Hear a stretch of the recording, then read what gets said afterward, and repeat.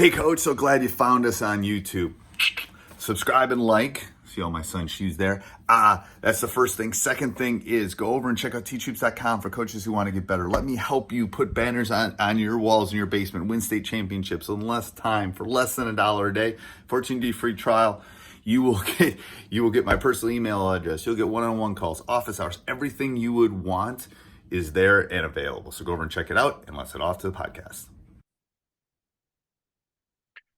Coaches, welcome to another episode of Coaching Youth Hoops. I am your host, Coach Bill Flitter, and today I am joined by Coach Charles, who is a coach.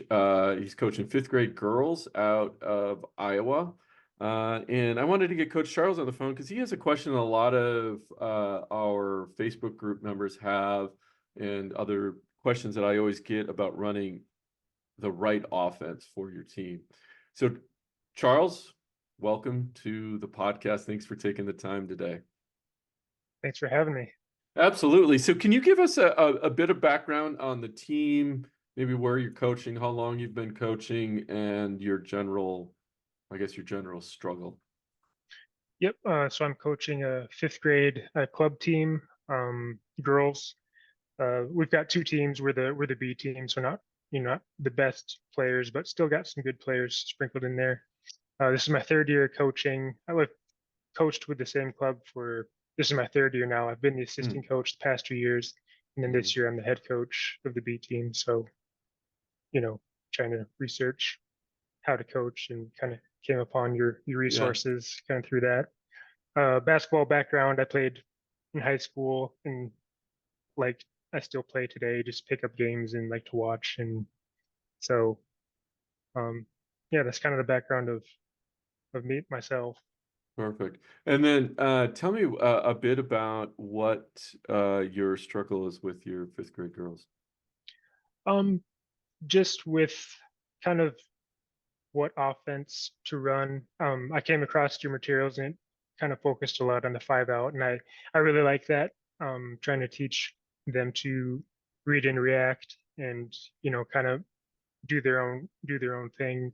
What I ran into for the first couple games is there's a lot of like standing around, and the girls weren't really like playing or trying to do much. Like the guards would kind of dribble and put their head down and wouldn't really try to see the court, that type of thing. So I started to wonder if maybe we should try to do more of a continuity type offense where they know where to go and don't have to worry about making a decision. But ultimately, I would like them to be able to, just play, just kind of see what the defense gives them, and make a decision if I need to drive or pass a screen, and try to, take what the defense gives you.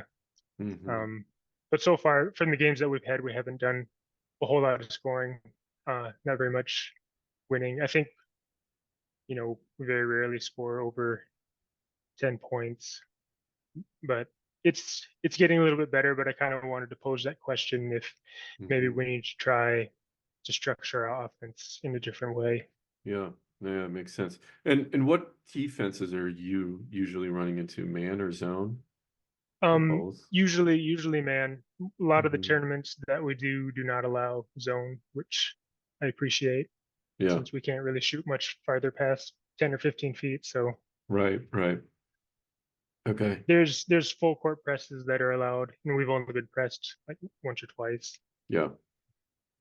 And tell me the makeup of the team you have. Are you big, small for your age group? Ball handlers, 1, 2 ball handlers, maybe kind of. Yeah, we got 8 girls. We've got 2 that are taller than average, and they're probably our best opportunity to score. So I'm trying to figure out how to get them the ball more. We've got 3 or 4 guards who can dribble fairly well. 1 or 2 of them better than the other ones, and then 2 others that are more of a 3 or 4 type player. That's kind of hit or miss if they're able to do much. Yeah. Okay. That makes sense. And then right now, again, you've experimented with kind of a 5-out, some read and react, sounds like, and just kind of sounds like you're not scoring a lot, so looking for scoring opportunities. Right. Yeah. And what I did at the last tournament is I put our 5 at the free throw line just to make it easier to. And I said the Mm. first thing that you do is get it to the 5 at the free throw line, do a give and go, or the 5 can do like a pick and roll, just to say this Mhm, is how mhm. you have to start it, just so they do You something. get something. Yeah, yeah, Yeah. yeah. And Yeah, that yeah. Oh, go no, ahead. and that's been so far out of the games we played, that's worked the best. But still kind of wanted to talk through some other things Yeah, that you've seen. options. Yeah, yeah, Yeah.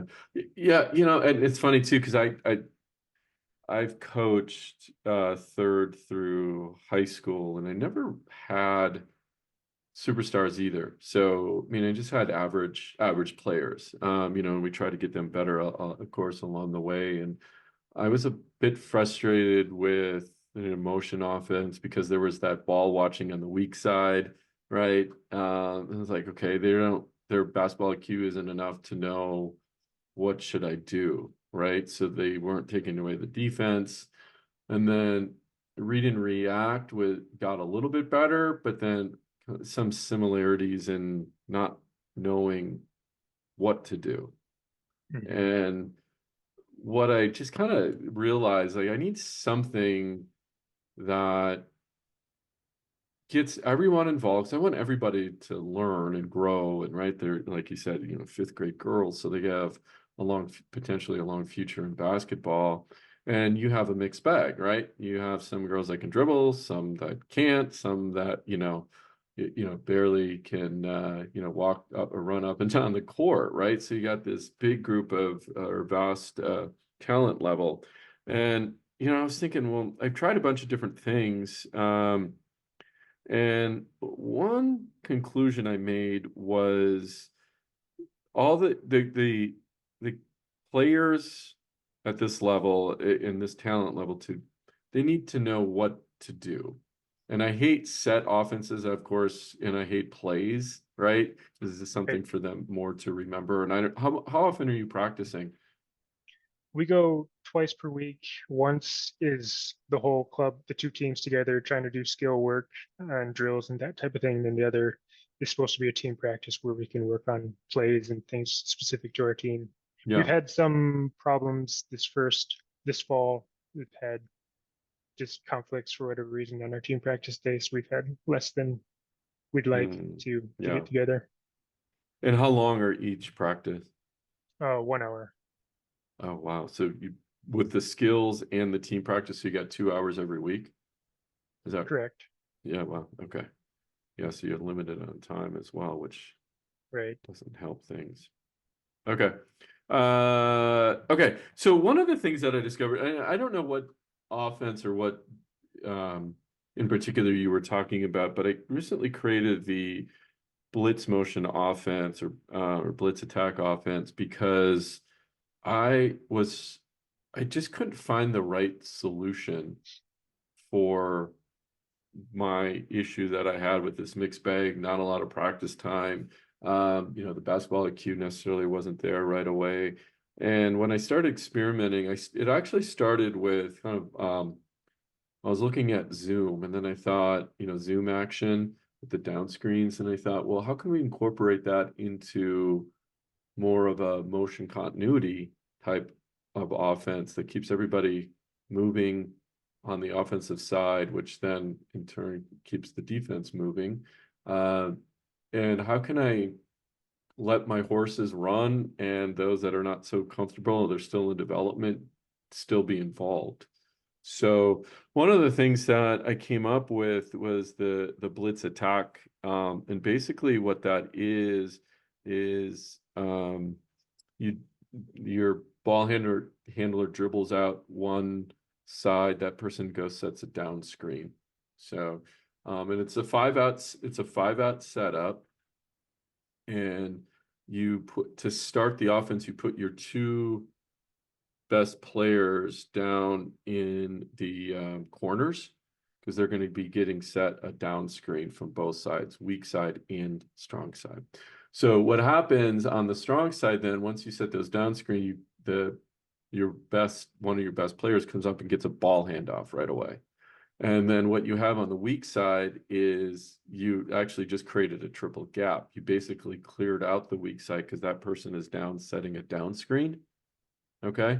And then once they have that down screen set, they're patient. But what I love about it is if your player can't turn the corner and get to the basket, you just come right back up and get another ball handoff. Okay. And that's where the kind of this continuity, everybody's doing something. And to begin with, they have a very strict pattern. Okay. Then what happens, and let's see if I have something real handy here. I can, at least those people who are watching on video will be able to see this. Let me see if I can pull this up real quick. Then what you basically have is your horses can go to town, and if they can hit that corner, then they're off to the races and getting scored on or getting scores. So here, let me see if I can bring this up here. It's just popping up. Okay, so that's how I kind of solved that problem. Honestly, that it took me a while to kind of come to that too, where how do I get everybody involved? How do I let those players that are good, make the reads that they need to? How do I help those players who, are still developing get involved in the action? And I've run this now, it's kind of like 2 years in the making. I've run it from 4th grade on up. I'm actually now, I have a newer team, 3rd and 4th graders that I'm going to be rolling it out to very shortly. And I'm going to share my screen. So again, if you're looking at this live, can you see my screen, Coach? Yes. Okay. Okay, if you look in the upper left here, you can kind of see, is that big enough? Let's go back. See if we can get one page.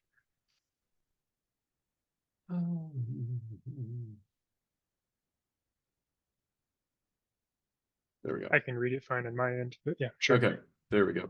So kind of phase 1 is, like I said, you have your ball handler dribbling out the 2 who then went and set that down screen, and the 4 comes out of that for the ball handoff. So this is kind of the phase 1 on the right side, layer 1, phase 1. Again, you got that down screen on both sides, ball handoff. And then what we're teaching, in this case, the 3 and the 5 in this corner, is to be patient, right? It's the only thing they really have to do is to be patient and look what's happening. Because now what do you have? You actually have 4 people down in this corner, which leaves this triple gap a lot of times, okay? And then out of that, you have your roller. So as you were talking about your big, right, this could be a possibility for your big to roll, right? And you have opportunities to score as well. But that's what you're trying to do. You're trying to get into the lane and clear out the lane. And if it's not there, as you can see here, you're kicking out and basically starting it all over again. Right. So in the case where if one comes out, and depending what side you get the ball, then they just continue back into the pattern. Does that make sense? Yeah. And so it's ball handoff, ball handoff. Now, what we do a lot of times is, especially for the younger teams, I will have them run the ball handoffs on both sides just to get the defense shifting and moving, right? And at max, the girls are taking 3 dribbles from one side to the 3 or 4 dribbles. So there's not a lot of, they're not putting the ball to the ground a lot, and it's in a good position. It's above the key, right? They're going left to right versus downhill. And I will yell out go, and at that point, because I'll start seeing the defense loosen up, and what I'm teaching them is to make those reads, Like, where is this gap happening, right? And to hit it, right? And again, your more talented players will see it right away and try to get and make a basket. And it'll take some other ones a little bit of time and confidence boosting to get to a spot where they feel comfortable taking that gap and driving in that gap. Cool. And Yeah, then we I like also, that. yeah, go ahead. Just because trying to get everybody involved, because a lot of times I'll just, talk about one or two players do this, and then, got some people on the side wondering what they're supposed to do or just kind of watching. Right, exactly. And here everyone is involved. And basically, if I boil it down into a nutshell, you're setting 2 down screens and coming off of those down screens to get a ball handoff. Right. That at the very base level, that's what you're doing. Right. And if you want them to roll, they can roll. But and what we do is we roll. You can see like one, let's see a better picture here. One rolls and or they can go down and set a down screen for 2. So we're, and that really up to how you want to do that. We do a little bit of both. And depending on what phase we're doing, but yeah. And we run it against a zone. I think I have that. I'm sure I have that in here too. We see a lot of 2-3 zone, so it's perfect for that as well.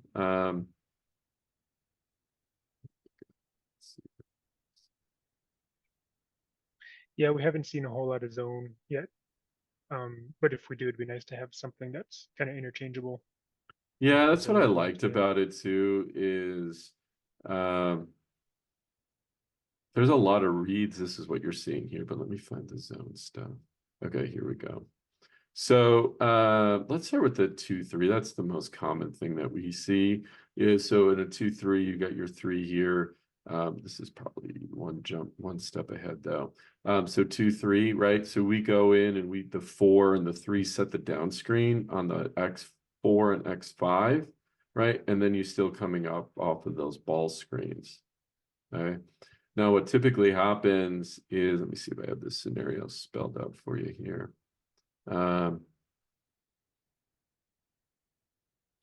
Yeah, what we typically see is this scenario here where X1 follows 1, get the ball handoff, X2 kind of comes over. That creates this gap right here, and you can see it, right? It kind of creates this gap going on right here. And sometimes when 5's coming up off of that screen, we have them duck in right at the short corner and elbow area, right? Just like you were saying with your 5, that's where you're placing her, but you were using a man, but same scenario there. What we're seeing because of the motion and the ball handoffs is that defense is swinging, especially the top 2 side to side, constantly moving. And the 3 and the 4, especially at the youth level, the X3 and X4, they're not really doing anything when you set those screens. So what that happens is 4 on offense and 3 on offense, they just open up towards the ball. Right? So they come and set the screen and then open up, and now X3 and X4 are behind them.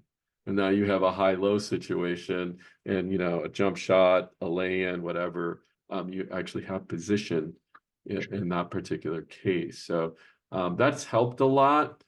One of the things that I always struggle with, right? What did we, I used to teach, how do you beat a zone? Overload one side, fast passes, pass fakes,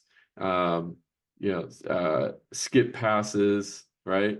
All of this stuff. And, that is the right thing to do, but it was such an overload that they didn't do any of it or a little bit of it here and there, right? Well, with this, what I'm finding is it naturally gets into an overload position.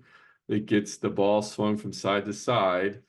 It gets the defense shifting from side to side. And then that's creating the gaps and opportunities, right? So we've run it against 1-3-1, a 2-3, and 1-2-2. With a 1-2-2, we change it. Just one small tweak we make against a 1-2-2, but it's not dramatic. But we're getting layups off of zones. So we're definitely, we do not have shooters either. So I'll let them shoot it, and then we'll make it some of the times, but only if we need it. So I'm really relying on trying to get short jump shots and layups. Right. Yeah. And then everything leads back into it as well, meaning the out of bounds plays, the sideline out of bounds play, and the baseline out of bounds plays all lead back into getting set up back into the offense if you don't get an initial basket. Okay. And I taught my girls this in an hour. First time Really? they've seen it, it took an hour. And like I said, I don't have basketball IQ, top basketball IQ players. So I'm pretty confident that if you have, just kind of average players, you get the continuity going of the down screens and coming up for the ball handoffs. And then, as I was saying, you look at this here, for example. Now you start layering. Okay, what happens because what teams will start to do is they'll switch on the ball handoffs or as you're coming up right off the screens. So anytime we hear switch, it's an automatic back cut or we open up towards the ball and go to the basket. So this person, the two, this is another version of this is twist, where when we hear the 3 just goes over the top. Let me show the other one though, what I'm talking about more specifically. And we name everything too. And the reason I do that is it makes it easier for the kids to remember. And if they hear a name, remember to do twist, or remember to do, messy keeper, right? Or in this case, like in a quick timeout, hey, messy, make sure we're doing messy keeper if we can't get the ball handoff. See where I have this in here. But all of these reads then off of it are layers you think about, and it allows your better players to make those read opportunities. Okay. You can refuse the down screen as well. We got, of course, the driving kick. You got the roll read. Let's see, we went through that. I'm trying to find the back door too, if you're getting overplayed. Anytime there's a switch, we have in this case, the 2, when they hear switch, right by the defense, 2 just opens up towards the ball, just like against the 2-3 zone, and they're always wide open for a high-low action, right? Sure. Because that defender is behind them now, right? Right. Yeah, go ahead. As you're teaching, so how do you usually, this looks like a nice offense and you get something good to try. When you're teaching something like this, do you just kind of walk through it slowly, or do you try to add in a defense, or how do you typically try to implement a new offense? Yeah, I won't start it off with defense.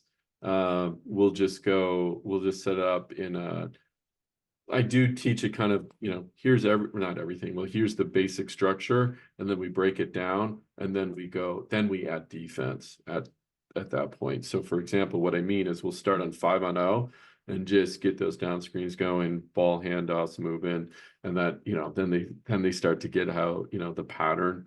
The other thing is I'll show them pictures. So they'll see this. All my players have the playbook. I don't expect, I would love for them to all go in. I know they don't. But it's there. And I bring out, printouts so they can visually see it as well. Mm-hmm. All right. So then we walk through it, and then you can see every play has notes. They can read it, right? And what I love to do is then, even at the 5th grade level, is have this is you pick your, your person that you think, gets the offense, maybe your higher IQ basketball player, to repeat it. So it's peer-to-peer teaching. And then Okay. that last phase, peer-to-peer teaching, because they'll talk in their own words, right, to their peers. And that helps a lot as well. And if you go to, actually, it's kind of funny you bring that up, because I just did, another thing, I was getting a little frustrated in bringing this URL up for you. And I'll put it in the show notes of the podcast as well. But it's like, what am I missing? Why aren't players remembering plays? And this is really simple. It's not like it's very complex, the defense, really. Just down screen, come up the down screen, get a ball handoff, and then do it on the other side if you can't drive, right? Like, okay, and I don't blame it on them. I blame it on the way I was teaching, right? Anything. So I dove into, like, okay, how do people and how do kids remember things, and how do you teach things, right? In something like this. So if you, here, I'll pop this in our chat. And like I said, I will put this in the show notes. But if you go to this URL, you can download this PDF. And I walk through the 7 steps of how to teach drills. And it's something I've been doing now, and it seems to be working really well. It's just taken me a while to figure it out. So, but I figured, you know what? I'm sure I can't be the only one that's struggling with this, and I know I'm not after seeing what's on the Facebook group. Yeah, we have that situation. Just we'll go through it in practice and kind of get it down. Then once we get into the game, we kind Once you get, completely forgot what we did. Yeah, and that happens too, right? Kids are under pressure, and then, just like any of us would be, right? Kind of panic and then forget what we're supposed to do. But kind of that, I think that the 7 steps should kind of help you. Some kids are more visual learners, right? They actually need to see it. I use Basketball Play Creator to create the plays. So everything's animated, so they can actually see the animations too, and things going around. Sure. But what I found is kind of that last step where I have one of my better players explaining it. And I hear that at the end of our huddle, is because we do this wrap up at the end of our practices, and a lot of times the comment is, I want to give a shout out. This is the kids talking to one another. I want to give a shout out to X player because she helped me walk through the play today, because I couldn't remember what to do. And that's exactly what you want to encourage. Yeah, no, that's a good idea. I'll definitely give that a shot. What you're seeing on the screen too, I think this is important to point out, is sometimes let's see, for example, 3 is coming up for the ball handoff, and 3's defender will get in between, right? Mm-hmm. So what we call this messy keeper. What we have is 1 just opens up to the basket, because right now they're doing a ball handoff, and then they open up towards the basket now, and 3 comes right off of their shoulder, and they're always open, because 1, as they're spinning, acts as a quasi screener, and X3 always ends up behind, and you throw it ahead and you're wide open for a layup. Okay. So it works really well too. Again, it's called messy keeper. But yeah, and again, I feel your pain, coach. I've been through it for multiple years, at different levels. And I just wanted something, with 2 hours of practice that also works against the zone, right? Because you don't have a lot of time. Then you got to do your zone offense and then your man offense. It's not enough time to get 2 different types of offenses in there, and then you expect them to try to remember it, right? And then you get frustrated why aren't you overloading against the zone? We worked on this in practice. Yeah, you did it for 10 minutes, right, in one practice session. So, yeah. Yeah, that's part of the problem is just not having enough time to practice it. But we have other activities, and I want them doing other activities, Yeah. so I get it. Yeah, absolutely. Yep. What else can I answer for you? I hope that was helpful. Not that I want you to implement a new offense all of a sudden, but I think what the reason I get excited talking about the blitz attack is just because I've been there and I struggled with the same struggles that you're having, and until I sat down and really just pondered over it, like how can I open up the middle? At least my girls can get into you have a shot at doing a layup, right? Because I know we're not really good shooters. Had all this ball watching on the weak side. They're not knowing what to do or even remember what to do. Well, what if I do kind of this motion hybrid, kind of zoom action hybrid situation? And we started tweaking it and running it, and the kids picked it up really quickly. Like I said, literally within the first hour of practice, we had it, and then we broke it down. And that was the other thing I was going to share with you. We do then breakdown drills, like some of these. They're further back here in this PDF, but yeah, we have a bunch of breakdown drills that we then use. There's also plays. That's what you're seeing here. Some plays and quick hitters. Again, that's more advanced as you build on the offense itself. And all the blobs, sideline out of bounds plays, they all eventually go back into the offense. So you're right back into it. But what I was going to show you here is yeah, so here's a good example, right? This is just a breakdown drill that we do. Just we're practicing the ball handoffs, practicing the rolls to the basket. These are just one-on-one drills. We have a whole series of things that we do on a daily basis called the daily vitamins. And those are moves that you might do in this offense. And we practice those every day, right? But let me see. Yeah, so here's a good set of 2v2 reads, right? So just simple ball handoff. They don't even have the screener, right? Just working on ball handoffs and coming off the ball handoff. What does the defense do, right? And try to get around that corner. There's several options there. Now we have 3 versus 3 situation, right? Down screens, and then so we just layer it, right, to work on it. And the biggest thing I would say that I added, fairly recently was teaching the weak side what to do. And again, let me go back. That weak side, the most crucial thing they have to do is wait. So talking about ball watching, right? We're kind of, it's like, yeah, ball watch for a second. And if you see that your player can't get around the corner, then you do a stampede cut right towards them to get that ball handoff, right? And what that does is, it's kind of funny, the reaction of the defenders when they're down in that corner, because you kind of freeze them, like, what is this? What is my player doing? What is she going to do? And they just don't know. And then boom, all of a sudden you just take off because you're watching your teammate from the other side. And I'll have to be honest, they didn't struggle with that concept. I wasn't sure how they were going to grasp that wait period. And then, gosh, when do I come up? It's like, hey, they came up as soon as they saw their player couldn't get around the corner for a drive, they came up and got the ball handoff.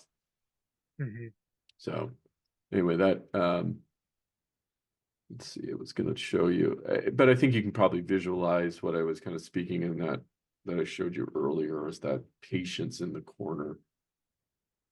Do you practice getting into this in transition? Yeah. Oh, okay. That's a good question. Absolutely. I think we have some missed opportunities on transition because we have a couple quick girls who could get down the court quickly, but then when we try to get into an offense, it's always super slow process, and defense gets set and kind of lose momentum.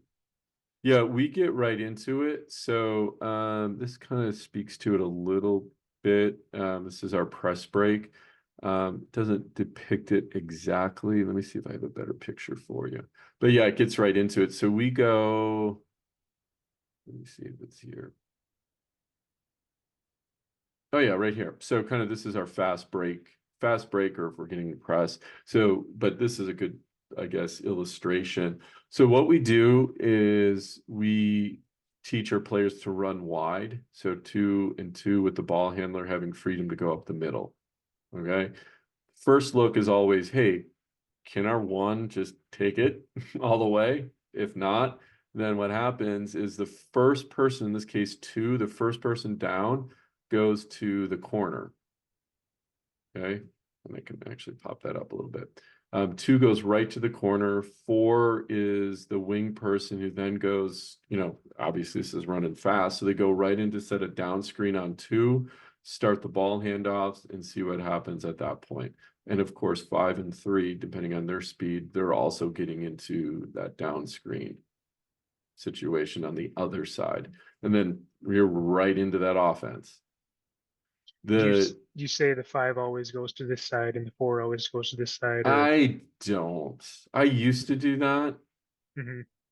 and again, that's one of those things that I don't. I mean, I don't do it anymore. I did, but what I found that to also be confusing. Oh, 5, I'm the 5 today, and then I go right? over on And you're this subbing side, girls in and and then out, and they change and numbers. exactly right. So I'm just like, okay, so a lot of times, and this perfect question is, you might have 3 girls over here. I'm actually okay with that. Then what we work on is if there's 3 over here, then 1 has to cut across behind the ball handler, right, to go set the down screen on the opposite side. And then we work on the ball handler. Man, if you only see 1 on one side, you try to look and turn the corner and go in for a basket, or if you can't make it, then start the offense on the other side. So that seems to work really well. It's less remembering what side I need to be on. They know that they need to go 2 and 2 and get right into the offense. And we have, let's see if I have the drills. Do I have the drills in here? I don't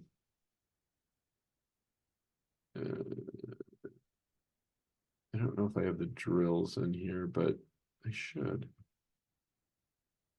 Anyway, I have drills for that as well. That's one of the first drills we do at practice. To start practice is I have everybody under the basket in a circle, and they're going around in a circle. It's 5 on 0, right? I've had defense in there once in a while, but 5 on 0, right? I either if I make the basket, I'm the shooter. So if I make it, right, they take it out and work on our out of bounds and quickly getting it out and up the court and then into our fast break. If I miss it, then they just run it as a fast break. So we work on one or my second best ball handler. They know who that is by now, because again, it's something we talk about. They come and get the ball, and everybody's down the court into the fast break. They split up, 2, go down, set the screens, and go.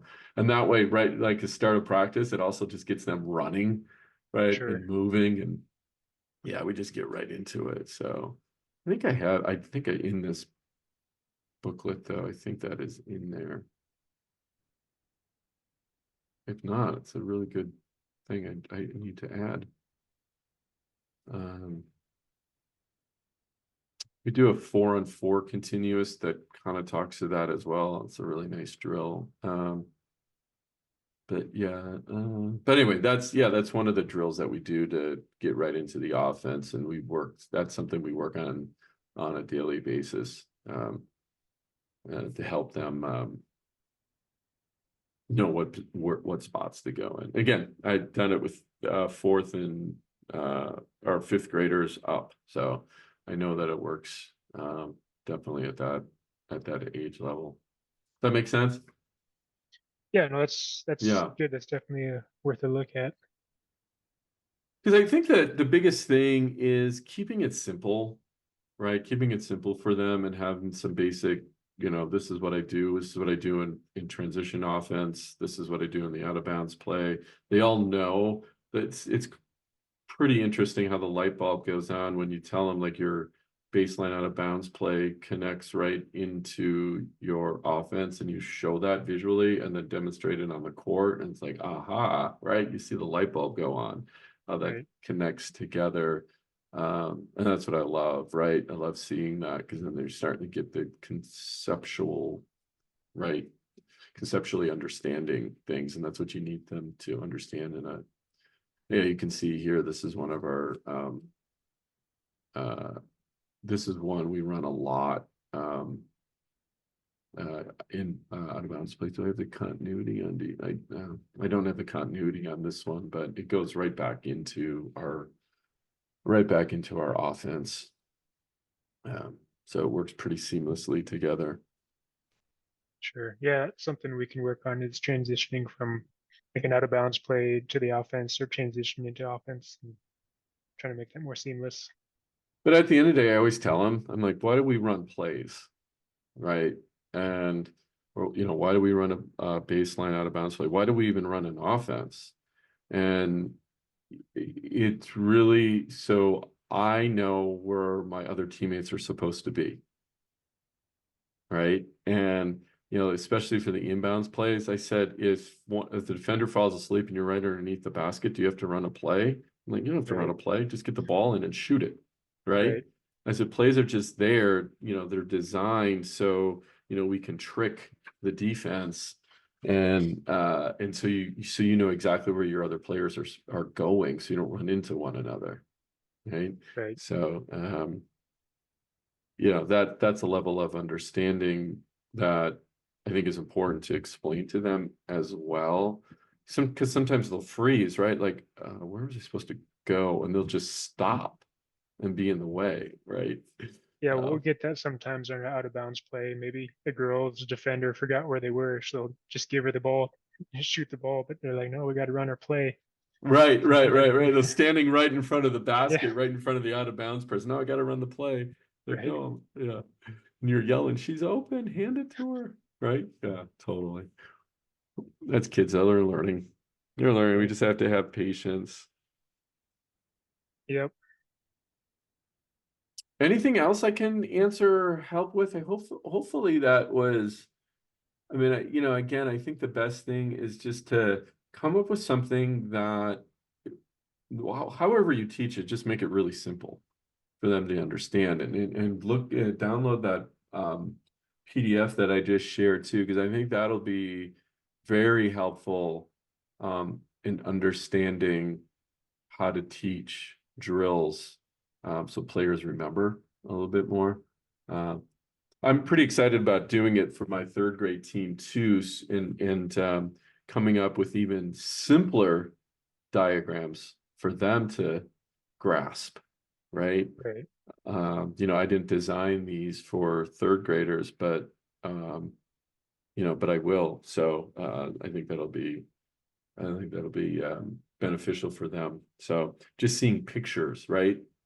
Yeah, I can definitely use some more visuals. I think some of them are, you never know who's a visual learner, so that will be a Yeah, good thing to implement. yeah, exactly. Do you ever show game film? Do you take game film? I know it's fifth grade, but Yeah, we don't. I don't know if any parents are taking full game videos, but yeah. yeah, we should do that just to show them what they're doing. Yeah, Um, yeah. I'm testing Game Changer today, actually. They have a newish basketball app that, are you familiar with Huddle for high school and I've heard of above? Huddle for high school. We use Game Changer for our softball team. Yeah, exactly. That's their bread and butter, was baseball, right? So did I, Yeah, right? Now they have an app for basketball. I wouldn't mind having like some stats just to kind of show our girls when they're improving, but I'm sure it'd be kind of overkill. We don't really have somebody who would be able to take stats during the game. Well, that's But what this new Game Changer app, I'm just from what I've read so far, and they gave me a demo. You just shoot the film like you would in Huddle. It gives you some basic stats. So we'll see okay, how it is, but yeah, it gives you some basic stats on rebounds, and I forget the other things that they're using, but yeah. But I'll that's look into that, you know, it's just, yeah, and the way it has the app where, you know, you just set your phone up on a tripod, and from what I understand, you don't need an oscillating one. You do it so you can get a picture of the entire court, and they have this image that is overlaid once you have all four corners down of the court. It looks pretty cool. I'm testing it. Yeah. Huh. It's just something I think that would work at the, like, Huddle obviously is, I mean, unless you have a big AAU program and you're not going to invest in that, it's really expensive. Good program though, but expensive. For this level. Just something to think about. Sure. Yeah, that'd be good. Yeah. All right, Coach. Hopefully that was helpful. Any other questions you might have, not even, you know, even if it's not related to this, that I can help you with while I have you? No, that was kind of my main question. I wanted to bounce off of you, just kind of running an offense and how to get them moving more without the ball and just Yeah. make something happen. Yeah, exactly. Yeah. I should have asked too, on the defensive side. Well, are they playing also like a tight man-to-man or a gap defense? What are you seeing? Denial Um, defense? A little bit of it both? depends on the skill of the team. Mm, Some girls, are just kind of right up against them, just playing man to man. Some yeah, of the teams will be more well coached and have some help defense. have some, yeah, yeah, It depends on the team, I guess. yeah. Hmm. Yeah, even if, you know, a lot of times, you know, some of the feedback I get is, well, what about if they're playing gap defense and they're really tight to the block? Doesn't matter, right? Still set that down screen, actually gives you a better advantage coming off of it because they're yelling switch anyway, right? So you actually create some good gaps, and then you have that high-low right underneath the basket, right? Sure. So, and you just got to I understand you got to get the players to read that high-low situation, but when it happens a lot, right? And you can say, you know, you can yell something out, high-low, right? As well, just so oh yeah, okay, I got to look for that the next time. And we miss it, you know, it happens. And just like, because, you know, the question is, I always get, well, Coach, what if we miss it? I'm like, next play, just continue, right? Just go, Just just keep play, moving. Somebody just else keep will get moving. open. Yeah. Yeah, and you know, as you know too, you know, we don't have a shot clock, so like literally we have to shoot the ball once and make it, and we can win, right? Of course, they don't do that. But you know, what I'm trying to convey to them is just be patient. It's going to open up. Don't force it, right? Just let it flow and because the opposite or the defense also is going to be impatient. And Right. they're going to start cheating, and they're going to start, right? Because they're like, this is ridiculous. I'm just running back and forth. I'm just going to steal the ball. And boom, there's your opportunity. Right. Yeah. Yeah, we haven't run into that too much where they're kind of packing the lane. But yeah, So you something do, to consider. yes, you have some driving lanes then potentially if you keep them moving. Right. And I'd like to, Yeah. like to keep them spaced out so that way some of our quicker That's guards right. can try and attack the lane. Yeah. I think just more practice and more experience. I think they'll start to Yeah. get it. Yeah.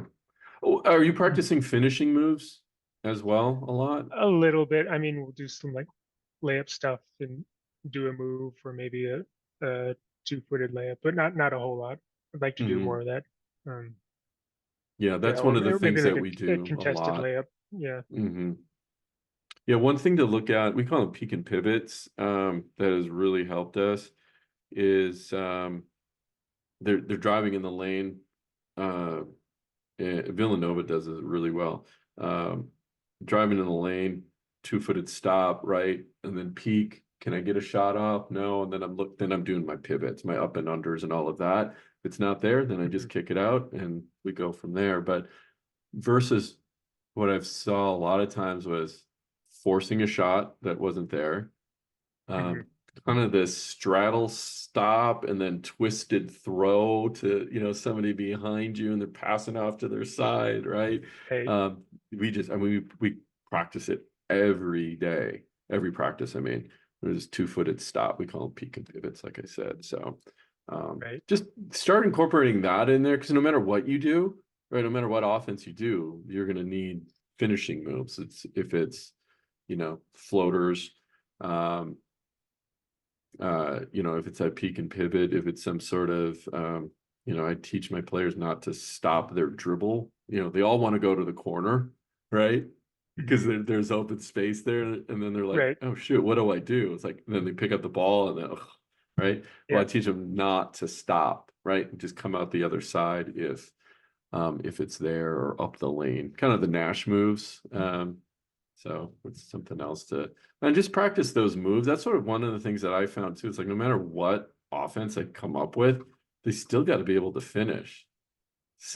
Great. Yeah, we're all looking for that wide open, nobody on me, I'm just going to do a layup. That's awesome. But you know how many times that happens in a game, right? Right. Right. So some sort of contested layups, and mix it up a lot. And then you'll just find that your offense will start opening up. Right. Yeah. Give them some more tools, and they realize they can do more things, finishing and Yeah, I keep passing it and all really that stuff. simple. Like I said, we do the same ones every day. We just do Yeah. some, and then it starts to get like, oh, okay, in this situation, I'm going to use a floater. In this situation, I'm going to do, right, two-footed stop and pivots, right? Sure. And they start texting me now. I have this is 7th and 8th grade girls. They'll text me and they'll send me clips. Like, coach, look at this. This is a peak and pivot. That they came across in their Instagram channel, right? It's like the Oh, perfect sure. Yeah. example, I'll right? get the algorithms bring me a bunch of that stuff too. Yeah, But yeah, sometimes I wish some of the girls would like see some of the stuff that I get, but I it's know. I wish they'd watch a little bit more basketball. And it's crazy. The girls that do watch basketball, um, it helps. Their IQ is Mhm. right up there, right? And you got to have a love and a passion for it, sit through a game, I suppose. But Right. the other thing to think about that I've been really working on testing too, is, and I talked about this in the previous podcast, was gamification. Get them excited, Okay. bring joy, right? Reward, trivial points to free throws in a game, or you have two teams and you're kind of battling. That it actually increases the competitiveness in there. Have a consequence at the end if you lose. I mean, you can just think about, look at all your drills you do and think, okay, how can I gamify this? Right. Obviously when you're introducing stuff a little bit different, but we have shot charts that we do, for practice as well. So we have a lot of different things that we try to gamify practice as much as possible. Doesn't always Mhm. work completely, and I need to do a better job of it, but I find it brings out the competitive side more so on the girls' side. Like the boys generally have it. They want to hit each other and, push and shove, and the girls are like, oh, I don't know if I can touch. Is this a foul? Right. So they don't get into it that much, but if you give them a reason to, then they really start battling it out, and teaches them that basketball is a contact sport. Right. Yeah, absolutely. All right, Coach. Well, I appreciate your time. If you have any other questions, absolutely follow up. And coaches out there, I hope you found this to be helpful. Coach Charles, again, thank you so much, and good luck. Keep me up to date on what's going on with the team. I would appreciate that. And when you win your tournament next week, send me a picture with Will the do. rings. Appreciate it. Yeah. All right, sir. Take care. All right. Yeah. Thanks so much. Hey, Coach, hope you're liking the video. If you are, kick down below. That would help us a ton. Hit the like button down below. If you want to subscribe, that'd be awesome. Hit the little bell up above. You'll get a notification every time one of our new videos goes live. Also, make sure you go over and check out teachhoops.com. Enjoy.